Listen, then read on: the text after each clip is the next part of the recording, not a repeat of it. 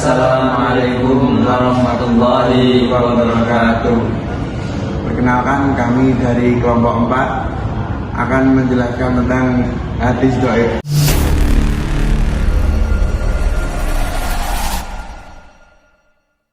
Perkenalkan, saya Khairul Ikhwan Alamin, NIM 25 123 1034. Nama saya Ayatullah Tazkiri, NIM 251231055. Perkenalkan, nama saya Ilham Fajar Setiawan, NIM 251231059. Baik, saya di sini akan menjelaskan tentang pengertian hadis. Hadis dibagi menjadi 3. Hadis sahih, hadis hasan, dan hadis dhaif.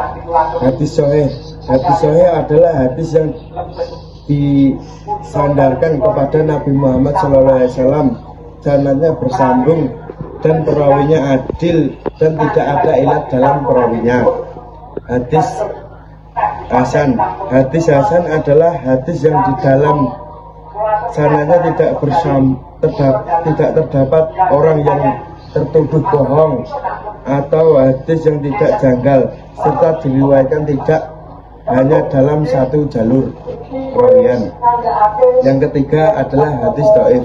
Hadis dhaif adalah hadis yang lemah, yang dimana tidak memenuhi syarat hadis sahih maupun hadis hasan. Dan hadis dhaif tidak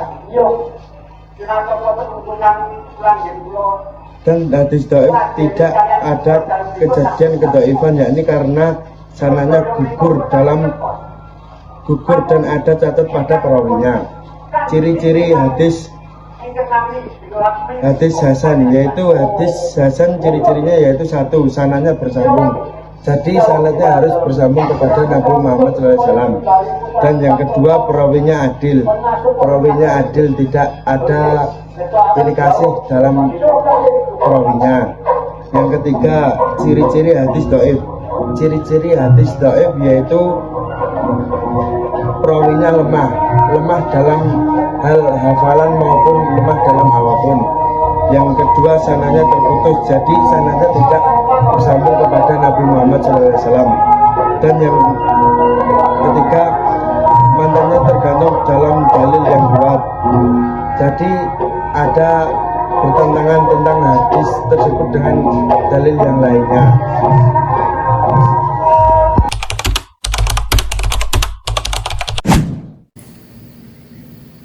Oke, baik. Di sini saya akan menjelaskan masalah kontemporer, yakni tentang penyebaran hadis dhaif pada bulan Ramadan, yakni tentang tidurnya orang yang berpuasa.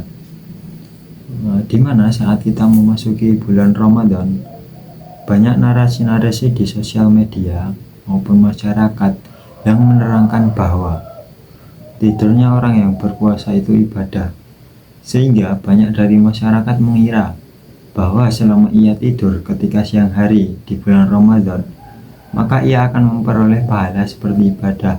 Sehingga banyak dari masyarakat yang ketika bulan Ramadan pada siang hari, mereka menghabiskan waktu hanya untuk tidur, bukan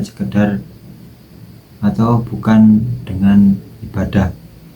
Karena mereka mengira punya hadis di bawah ini yang berbunyi, as-shaimu fi ibadati wa inkana raqidan ala firasihi, yang artinya, dan orang yang berpuasa itu tetap dalam kondisi beribadah meskipun dia tidur di atas kasurnya.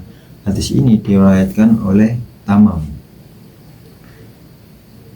Dari isi hadis tersebut, masyarakat mempercayai bahwa dengan tidur pada saat berpuasa, ia akan memperoleh pahala ibadah.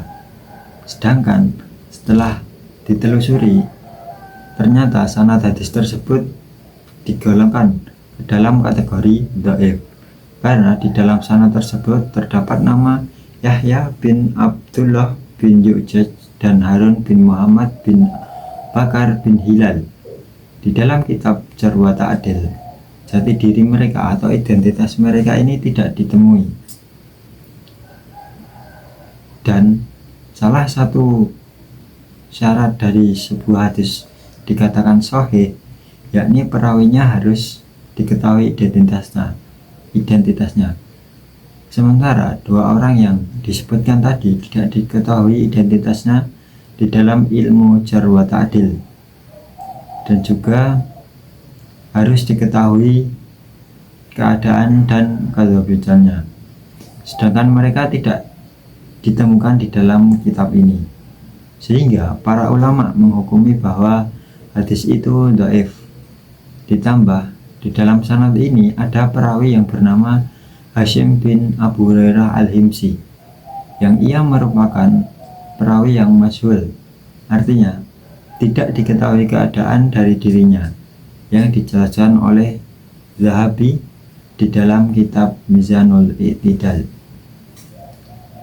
Dari pengertian di atas, tentu kita harus meluruskan hadis-hadis yang bertebaran di masyarakat. Lantas solusi apa menurut ulumul hadis dalam menyikapi penyebaran hadis dhaif, khususnya masalah di atas, akan dijelaskan pada video selanjutnya.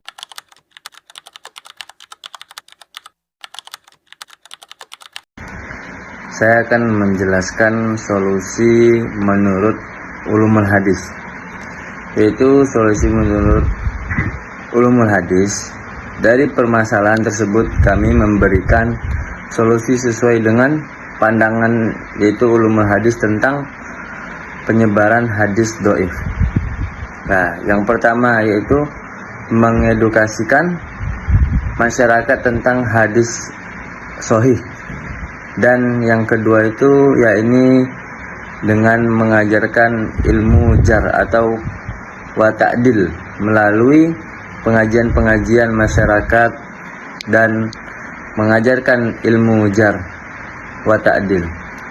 Dan selanjutnya kita mengajak masyarakat untuk mengenal kitab hadis yang sahih dan membantu mengecek kejelasan hadis.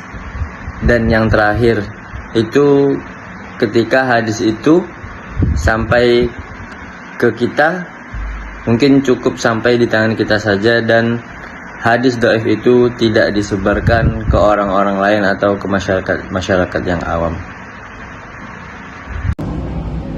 Sekian penjelasan dari kami kelompok 4. Bila ada salah mohon dimaafkan.